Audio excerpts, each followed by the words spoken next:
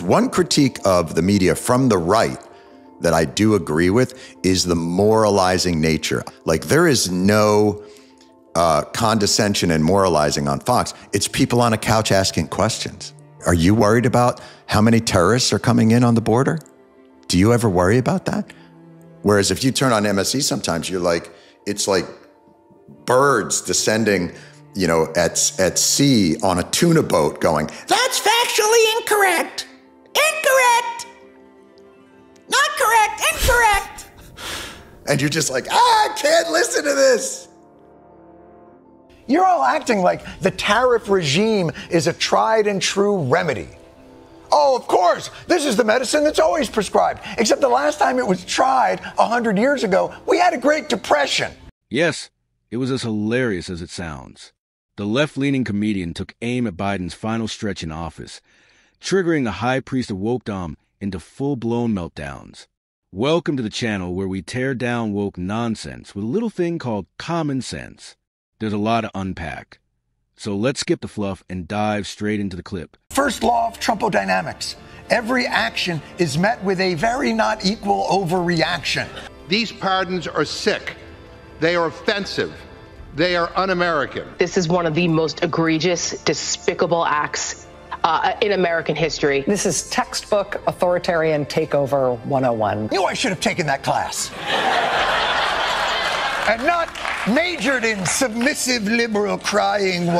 Oh. Stewart kicks things off by taking a jab at President Biden's mental sharpness heading into the CNN-hosted debate.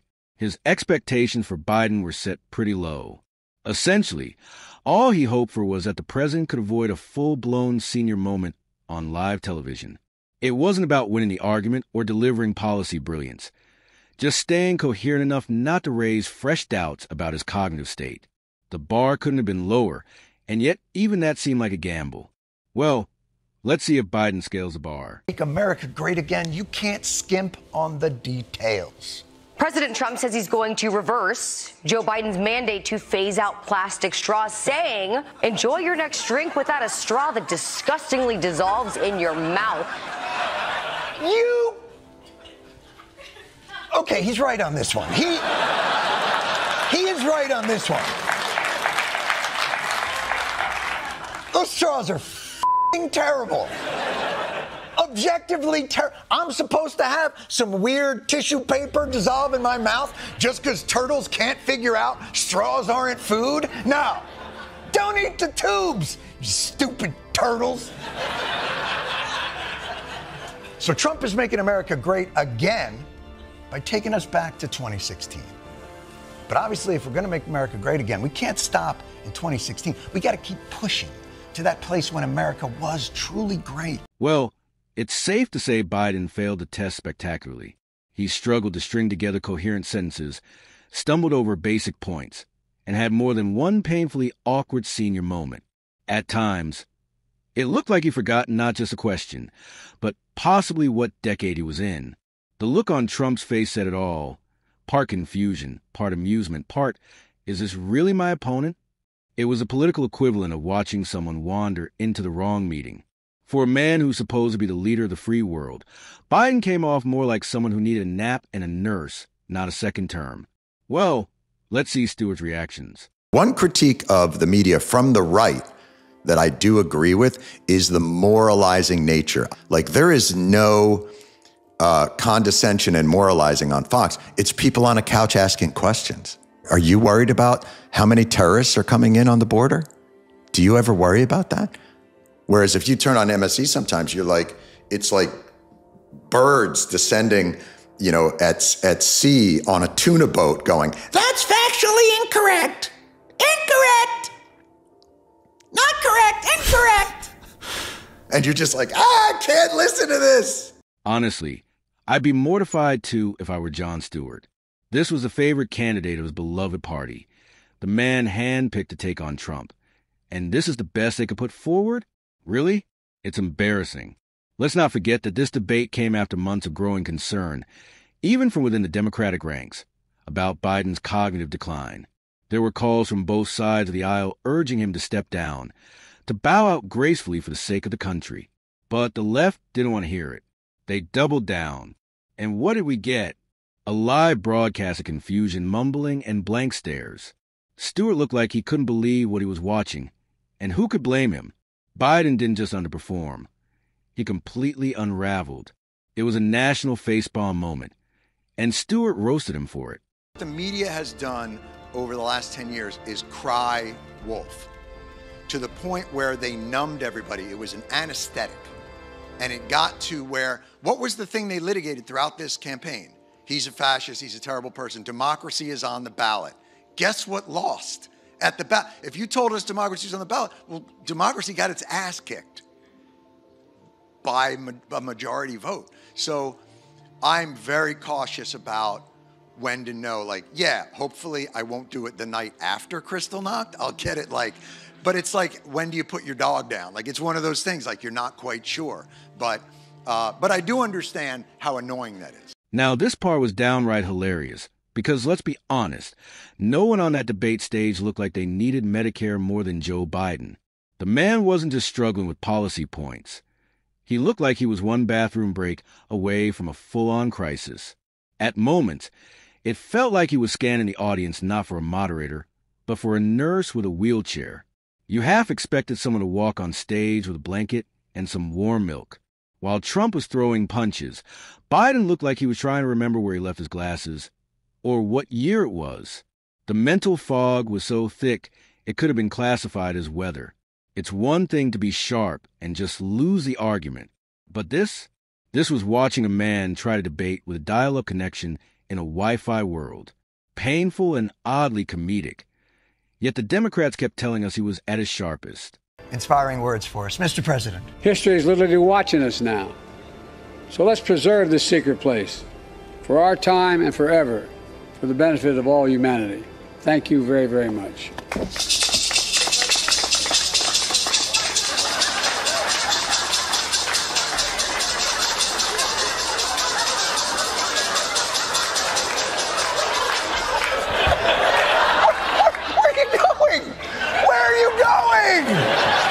You know, maybe this is how we should do the transfer of power. The winner moves into the White House, and the incumbent just wanders off into the jungle so that his nutrients may be returned to the soil. Because the Democrats are a bunch of sleazy politicians who see everything wrong with anyone not on their side, but somehow believe everything on their side is flawless.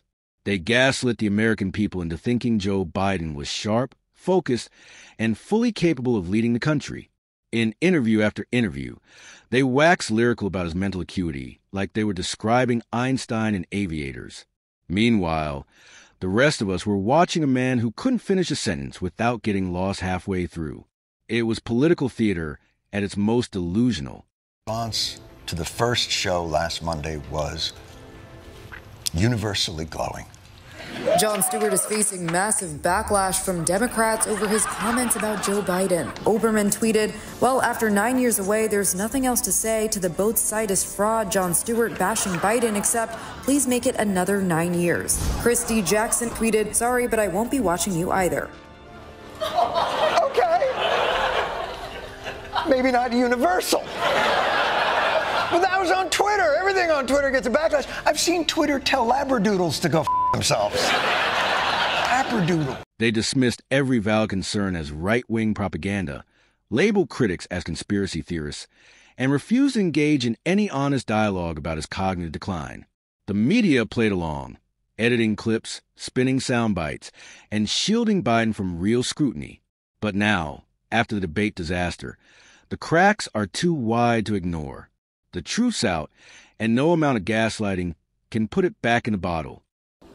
Look, if we finally beat Medicare. Thank you, President Biden.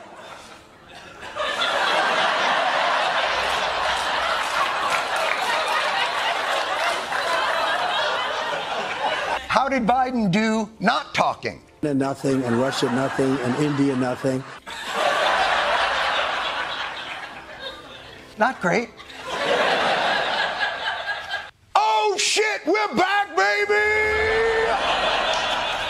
Abortion! A to the B to the O to the R to the T to the repeal of Roe v. Wade. That is Trump's weakest issue.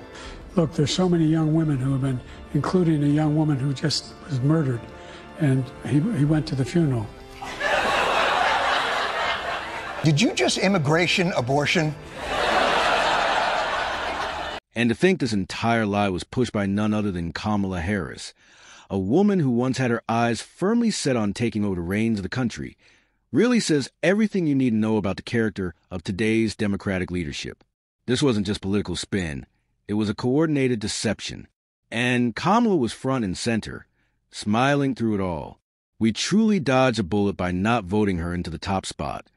Because if this is how far she's willing to go to protect the party line, imagine the web of lies we'd be tangled in right now. The gaslighting would be Olympic level.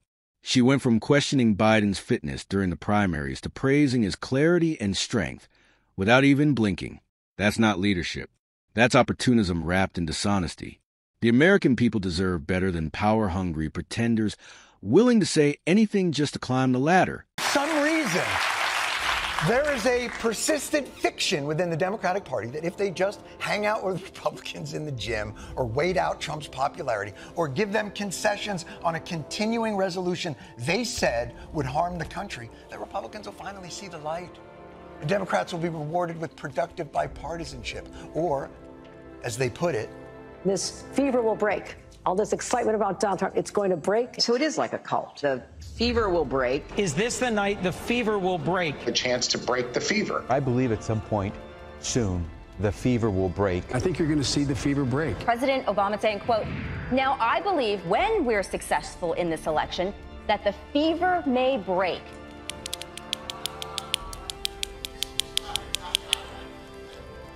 If someone's been running a fever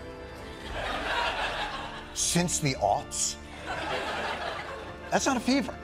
That is their default resting temperature. After losing the election, the Democrats, along with their loyal media allies, pivoted straight into damage mode, launching a non-stop smear campaign against Trump.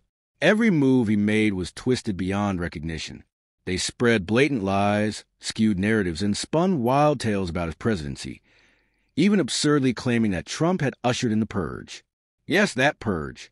As if the man signed off on national chaos with a red pen. It wasn't about facts. It was about feeding their base a steady diet of outrage. Rather than accept defeat or self-reflect, they doubled down on character assassination, hoping to erase Trump's accomplishments under a mountain of hysteria.